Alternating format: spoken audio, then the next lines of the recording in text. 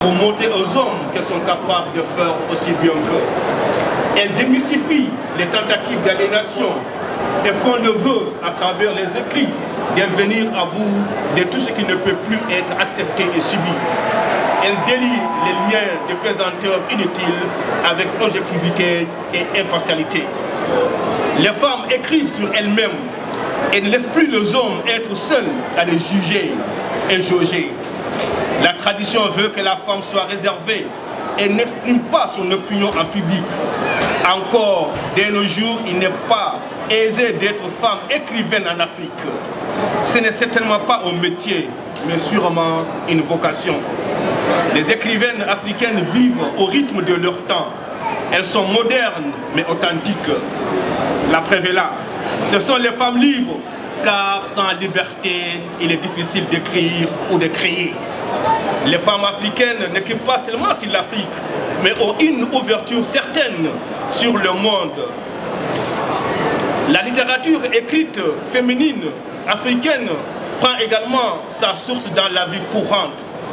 Les femmes africaines sont aujourd'hui ballottées entre émancipation et survie, et les paradoxes de cette lutte quotidienne boostent l'éclosion d'une littérature libre et engagée. Elles dénoncent la polygamie qui, selon Lilian Castelot, célèbre anthropologue et critique littéraire, installe la femme, la polygamie donc installe la femme dans un cycle infernal de rivalité. Elles dénoncent l'excision, elles écrivent sur la sexualité, sur le drame de l'immigration, sur la guerre et tant d'autres mots qui traumatisent les populations, et elles espèrent par la magie de mots libérer leur conscience et celle de leurs congénères du fardeau de l'obscurantisme et de la culpabilité collective. Elles fustigent les systèmes politiques instables et totalitaires. Elles proposent des solutions. Elles sont, même sans le vouloir, le fer de lance d'une société civile et avisée. Les écrivaines africaines ont une conscience très prononcée de leur identité authentiquement africaine, mais aussi une notion d'appartenance au monde sans aucune ambiguïté. Dès nos jours, les débats sur cette notion d'identité et d'actualité, et les hommes politiques autant que les hommes et femmes de l'air ont un rôle de clarification évidente dont l'importance est majeure. C'est de cela que Amal va nous entretenir aujourd'hui. Amal donc est auteur de 2 romans, Wallandé, l'art de partager au mari. Donc rien qu'avec le sous-titre, vous avez compris, il est question de polygamie. Le deuxième roman, Mystérito, la mangeuse d'âme. Donc, pour résumer, on dira dans un français occidental, une sorcière. Voilà. Donc, Amal, avant de rentrer dans la quintessence de ton œuvre, j'aimerais bien que tu te présentes à notre cher public. Bien, merci beaucoup, cher professeur, de cet exposé qui dit vraiment tout sur la littérature engagée sur les problèmes des femmes, mais sur les femmes tout court. Pour me présenter brièvement, ton nom, je vais prendre mon temps. Je m'appelle Jaili Amadou Amal. Certaines personnes s'étonnent qu'il y ait à la fois Jaili et Amal. Parce qu'on connaît Amel dans la société algérienne, arabe et tout ça. Mais on ne connaît pas Jaili. Mon nom déjà, c'est un mélange de 2 cultures. Je suis Peul, mon ethnie Peul, qui se retrouve dans 22 pays d'Afrique par mon père. Et c'est pour cela que je porte le nom de Jaili, qui signifie lumière en Peul. Et je suis égyptienne par ma mère, avec le prénom Amel, qui signifie l'espoir. Et Amadou, c'est le nom de mon père, qui est Ahmad, donc je viens d'une ethnie musulmane. Je vais vous raconter une anecdote, tout simplement pour vous expliquer pourquoi je suis ce que je suis et pourquoi j'ai décidé d'écrire. Quand j'avais 8 ans, déjà, merci à papa parce qu'il m'a mise à l'école, ce qui n'est pas le cas au moins 80% de mes camarades d'âge. Parce que les filles n'avaient pas accès à l'école dans notre société. Donc quand j'avais 8 ans, je suis allée donc dans la société privilégiée, entre guillemets, et j'ai trouvé un enfant de mon âge avec un livre. Ce qui était très étonnant, hein, parce que moi je n'avais pas vu de livre à cette époque-là. On n'avait aucune bibliothèque.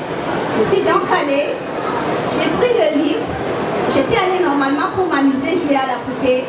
Et finalement je lui ai dit, bon tu sais, joue avec les autres, moi je suis occupée. Et quand j'ai lu le livre, je l'ai lu et je me suis rendu compte que en fait le livre c'était pas qu'un objet.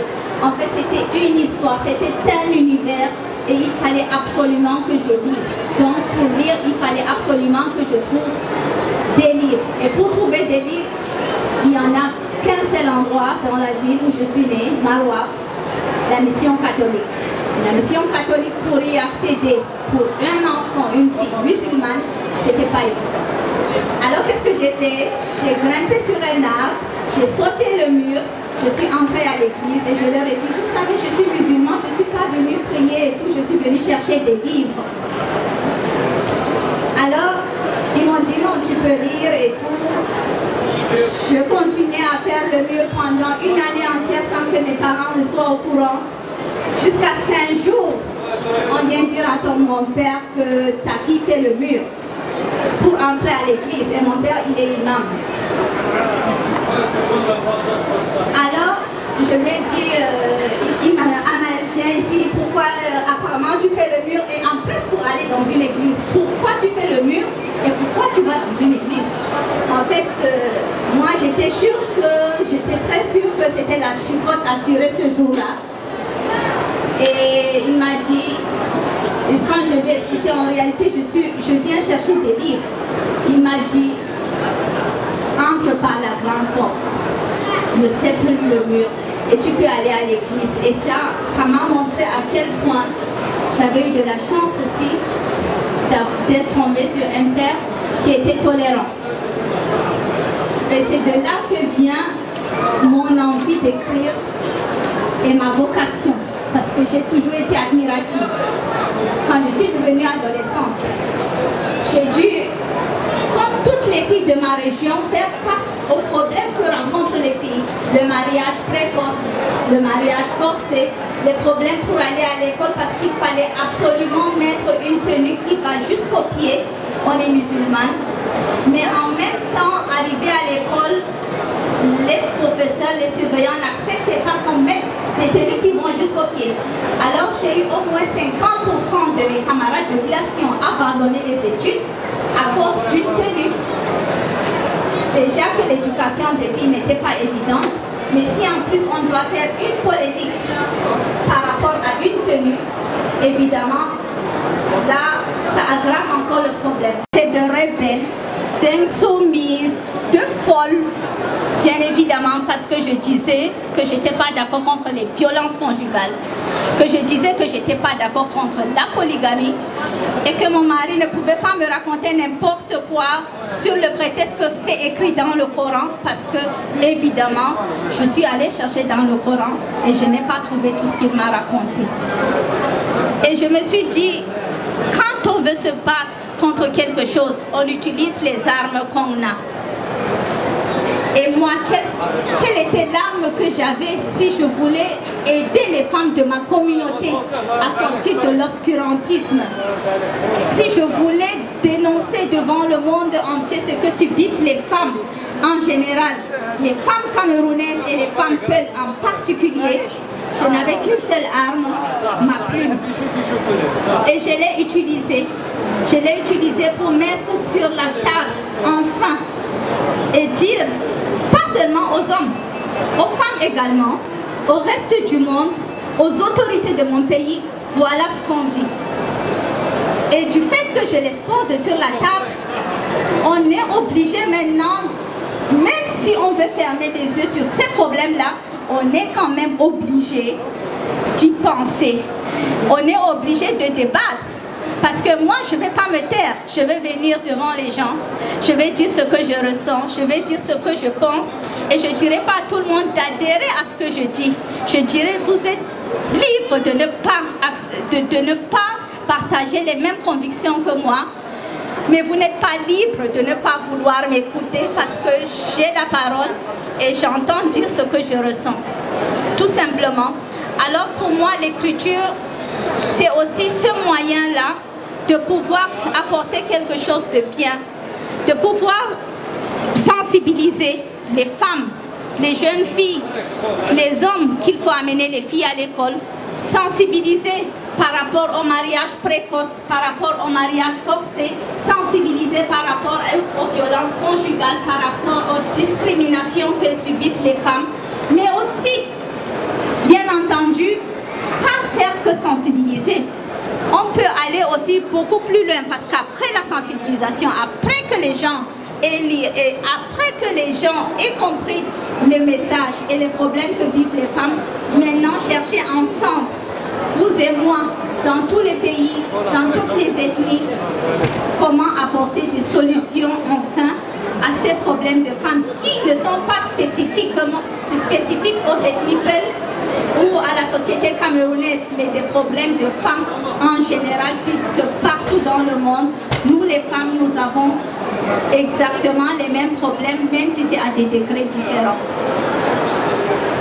Bien, Ahmad, vous avez... Mais bien sûr.